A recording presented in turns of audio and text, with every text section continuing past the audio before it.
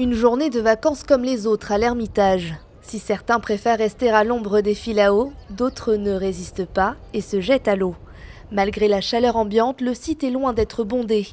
Une légère baisse de la fréquentation, ressentie par les habitués. Il y a un petit peu moins de fréquentation. Alors sur la plage de l'Ermitage, donc au niveau des restaurants, ça reste un spot familial, mais effectivement il y a un tout petit peu moins de monde depuis décembre-janvier. La période correspond à la sécurisation des plages de Boucan-Canotte et des Roches Noires après la pose des filets anti-requins.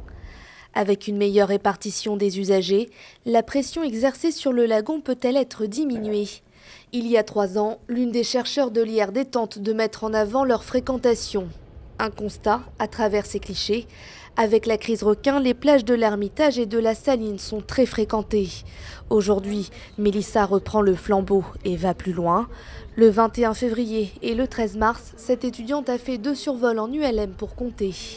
Je pars du Cap Laossé jusqu'à Saint-Pierre, donc à l'aller je compte les usagers qui sont dans la pente externe visuellement, et puis au retour, là c'est là où je prends des clichés tout le long de Saint-Pierre à la réserve, et puis ensuite c'est là où je vais passer sur l'ordinateur pour faire les comptages et les analyses. Visuellement je dirais qu'il y avait peut-être plus de monde le 21 et peut-être moins le 13 dû à la route du littoral qui était fermée le matin, mais après je pense qu'il y a quand même plus de monde que les années 2012 et 2013 que j'avais vu avec Anne.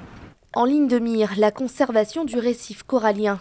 Car lors des pics de fréquentation, ce sont 7500 personnes qui sont comptabilisées dans le périmètre de la réserve marine.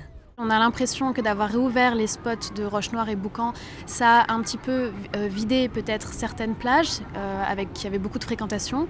En même temps, les spots, en fait, ça a donné un engouement aux gens qui sont repartis aussi à la plage, donc des personnes qui n'allaient pas forcément à la plage pendant la période de la crise requin et qui maintenant retournent sur le littoral. Et donc finalement, on a quand même une augmentation de la fréquentation générale de nos plages dans la réserve marine.